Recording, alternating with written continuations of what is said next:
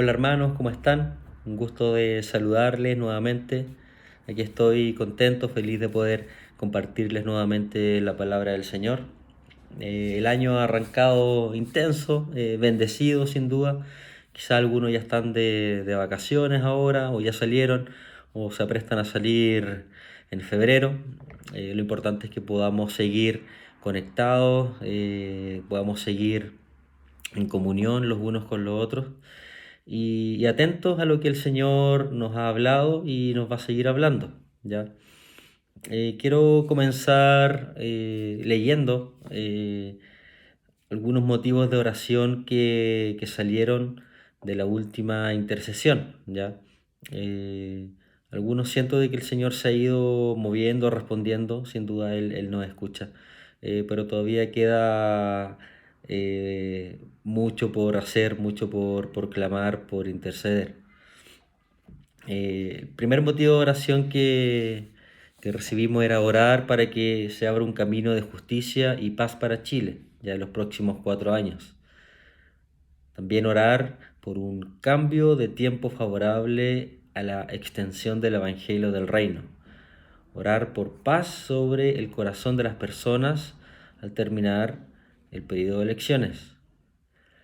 Orar por un cambio de tiempo favorable a la extensión del Evangelio del Reino. Y 5, orar por un despertar en la iglesia para vigilar los siguientes años. Y orando al Señor, Él me dio hace algunos días una palabra que quiero que podamos leer. Está en Mateo 25:1, ¿ya? Es la parábola de las 10 vírgenes, ¿ya? Quizás conocida por algunos, ¿ya? La voy a leer completa, versículo 20, del versículo 1 al versículo 13. Dice: Entonces el reino de los cielos será semejante a 10 vírgenes, que tomando sus lámparas salieron al encuentro del esposo. 5 de ellas eran insensatas y 5 eran prudentes, porque las insensatas, al tomar las lámparas, no tomaron consigo aceite, pero las prudentes tomaron aceite en las vasijas juntamente con sus lámparas. Y tardándose el esposo, todas cabecearon y se durmieron.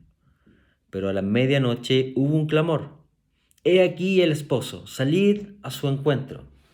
Entonces todas aquellas vírgenes se levantaron y arreglaron sus lámparas. Y las insensatas dijeron a las prudentes: Dadnos de vuestro aceite, pues nuestras lámparas se están apagando. Pero las prudentes respondieron: Id más bien a los que venden y comprad para vosotras mismas, no sea que no haya suficiente para nosotras y vosotras.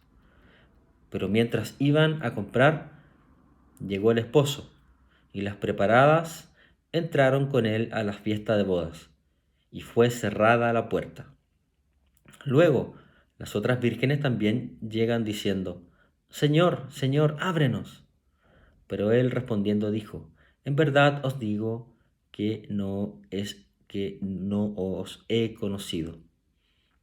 Velad pues, para, ya que no sabéis el día ni la hora. Estoy leyendo la Biblia textual, ¿ya? En la Reina Valera 60 dice: Velad pues, ya que no sabéis el día ni la hora en que el Hijo del Hombre ha de venir. Eh, Esa parte no está en la versión original, ¿ya? De hecho, en el idioma original el ha de venir en realidad está en presente, ¿ya? Un presente o pretérito. Entonces se lee como: no sabéis el día ni la hora en que vino, ¿ya? O está viniendo el Hijo del Hombre, ¿ya? Entonces esto no es un mensaje escatológico, ¿ya? Eh, pero velar es algo que tenemos que hacer, ¿ya? Y es lo que voy a centrar esta palabra, ¿ya? Eh, Decíamos que tenemos que orar por un despertar en la iglesia para vigilar, ¿ya? Para velar los siguientes años, ¿ya? Y en este mensaje, en esta parábola de las 10 vírgenes, hay un contexto ya que me gustaría que pudiéramos entender un poquito mejor, ¿ya? No, cuando era niño entendía esta parábola como que el esposo tenía 10 esposas. Y dije, ay, ¿qué onda aquí? No sabía que había a veces el tema de la poligamia en la antigüedad, pero no en los tiempos de Jesús. Les quiero leer rápidamente un comentario bíblico en que habla un poco del contexto, ¿ya? De lo que eran estas bodas, ¿ya? Y Leo dice, una boda era una gran ocasión. Todo el pueblo salía a acompañar a la pareja a su nuevo hogar e iban por el camino más largo posible para recibir las felicitaciones de los más posibles. Todo el mundo, decían los judíos, entre los 6 y los 60, seguirá el tambor del matrimonio. Los rabinos estaban de acuerdo en que uno debía hasta interrumpir el estudio de la ley para participar de la alegría de una fiesta de boda. Lo interesante de esta historia ya depende de una costumbre judía, que es muy diferente de las nuestras. Cuando se casaba una pareja, no se iban de luna de miel, sino que se quedaban en casa. Durante una semana tenían la puerta abierta a los que quisieran visitar. Los amigos los trataban y hasta se dirigían a ellos como príncipe y princesa. Era la semana más dichosa de la vida. A las celebraciones de esta semana estaban invitados sus amigos más íntimos. Así es que no fue solamente la ceremonia, sino toda una semana de fiesta la que se perdieron las chicas, estas vírgenes simples por no estar preparados. El relato de cómo se lo perdieron, todo está perfectamente de acuerdo con aquellas costumbres. Escucha el siguiente relato de alguien que presenció una boda en Israel en estos días. Cuando estábamos acercándonos a la entrada de un pueblo de Galilea, vi a 10 chicas alegremente vestidas y que iban tocando alguna clase de instrumentos, que venían bailando por la carretera delante de nuestro coche. Cuando pregunté qué estaban haciendo, el guía me dijo que iban a hacerle compañía a la novia hasta que llegara el novio. Pregunté si teníamos ocasión de ver la boda, pero él movió negativamente la cabeza mientras decía, puede que sea esta noche, o mañana por la noche, o quizás dentro de 15 días. Eso no se sabe nunca de seguro. Entonces pasó a explicar que una de las mayores suertes que se podían tener en una boda de clase media en Palestina era encontrarse con el cortejo nupcial descansando, y que el novio llegara inesperadamente, a veces en medio de la noche. Es verdad que la opinión pública espera que mande un mensajero por la calle gritando, ¡atención, que viene el novio! Pero eso puede suceder a cualquier hora. De modo que el cortejo nupcial tiene que estar preparado para salir a la calle a cualquier hora a recibir al novio cuando se le ocurre llegar.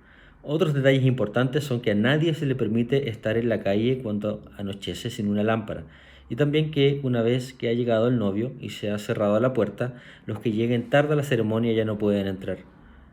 Así es que el drama de esta parábola de Jesús se presenta exactamente ya en el siglo XX. ¿Ya? Aquí no tenemos ninguna historia imaginaria, ya, sino un extracto de lo que puede ocurrir en cualquier aldea ya en Israel o en Palestina.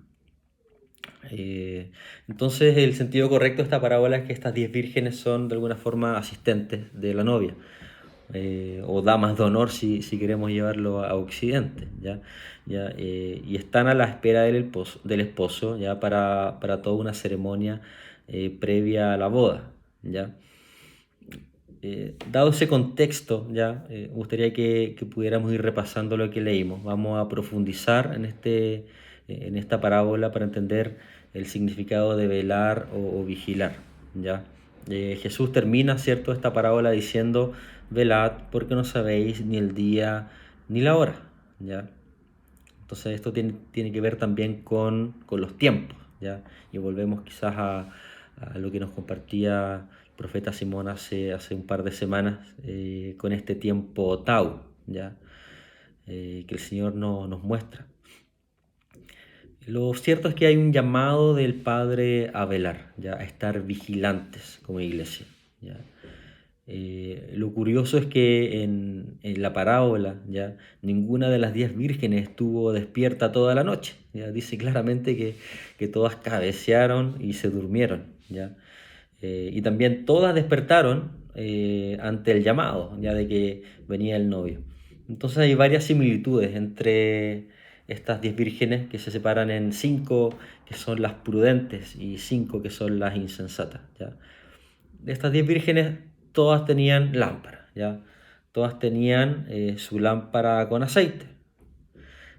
Todas se quedaron dormidas, ¿cierto? Y todas después salieron al encuentro del esposo, ¿ya? De alguna manera todas oyeron el llamado, ¿ya? Todas despertaron, todas se levantaron, ¿ya? Y todas arreglaron sus lámparas. Entonces, ¿dónde están las diferencias? ¿Ya? ¿Cuál es el mérito finalmente? ¿Por qué se destaca a las prudentes por sobre las insensatas?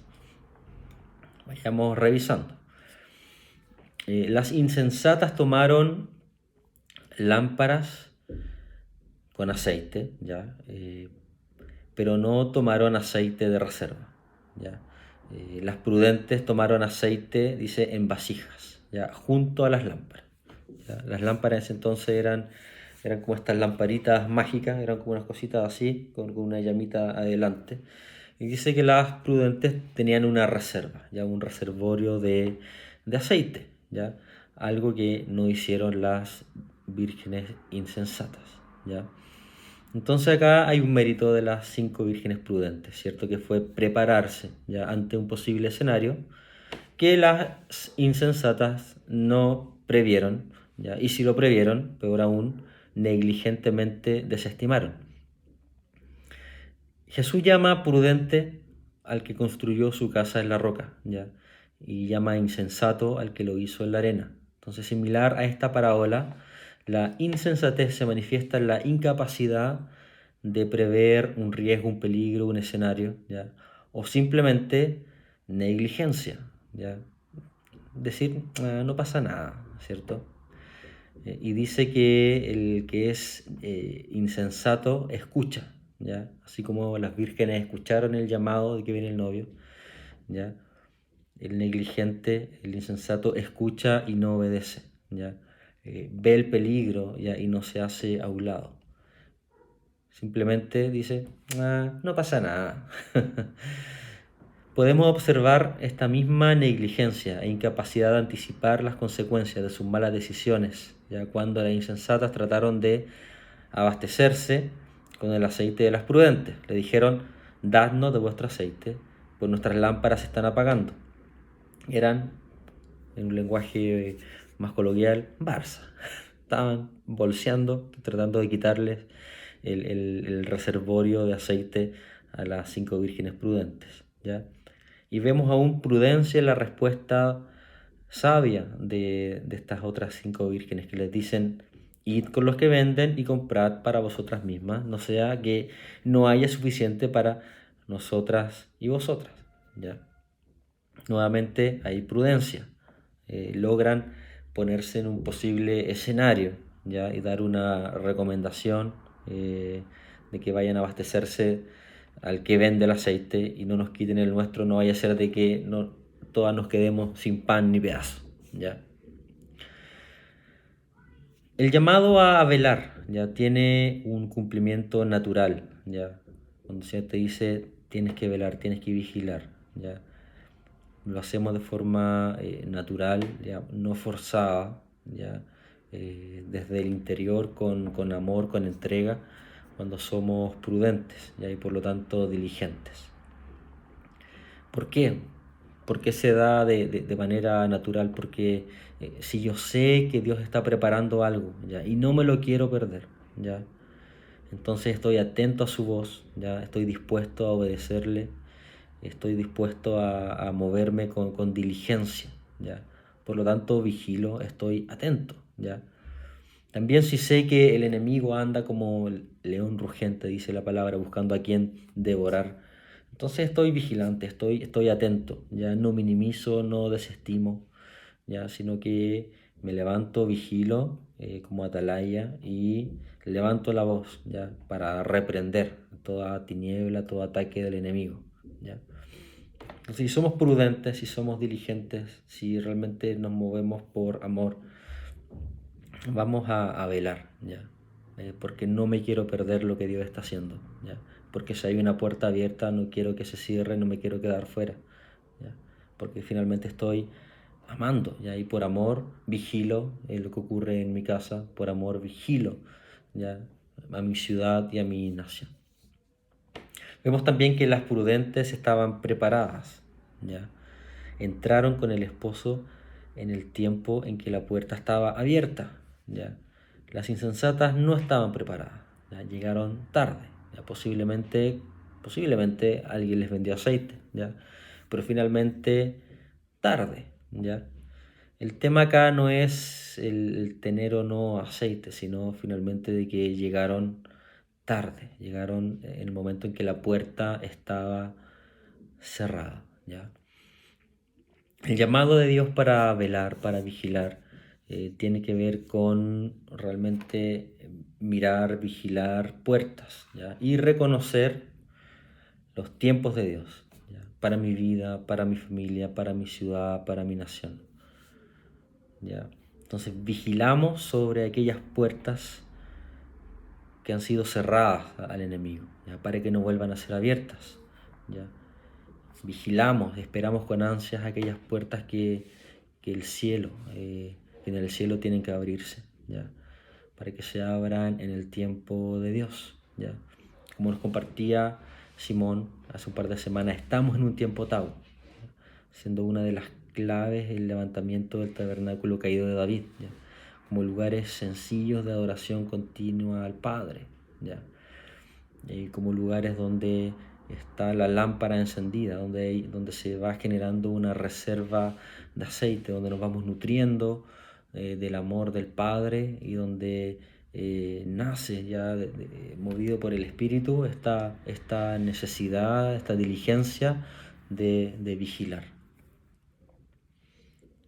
Entonces, de los, de los puntos de oración que leímos, me quedo con los últimos dos como algo que tenemos que ponernos en la brecha, orar por un cambio de tiempo favorable en la extensión del Evangelio del Reino. ¿Por qué? Porque estamos en un tiempo en que hay una puerta abierta, ¿ya? Hay una hoja en blanco, ya se dice, ¿ya? Tenemos que orar, ¿ya? Gobernar para que el país en el que estamos haya un favor, no hay una oposición a la extensión del Evangelio del Reino, ¿ya? Y orar por un despertar en la iglesia, ¿ya? Para vigilar en los siguientes años, ¿ya? Que la iglesia pueda preparar sus vasijas, ¿ya? Y llenarlas de aceite, ¿ya? Y eso sea en las casas, sea en el núcleo de la familia, ¿ya? Que como hijos podamos ser vestidos de prudencia, obediencia, diligencia, sabiduría, ¿ya? Para escuchar al Padre y creerle, ¿ya? Y avanzar. Que la iglesia pueda entrar a un nuevo tiempo, ¿ya? Y que nuevas puertas sean abiertas para los hijos. Amén. Entonces, hermano, lo invito a reflexionar, ¿ya? En esta palabra, en su casa o en la reunión que pueda tener con sus hermanos, ya sea presencial o virtual, como lo esté haciendo. Y por sobre todo, no descuidar la oración en esta dirección, ¿ya? Es un tiempo en que hay una puerta abierta, ¿ya? Y tenemos que estar ahí orando y, como leíamos, vigilando. Eso, mi hermano, que el Señor le bendiga y pueda añadir, ya, profundizar en esta palabra. Bendiciones.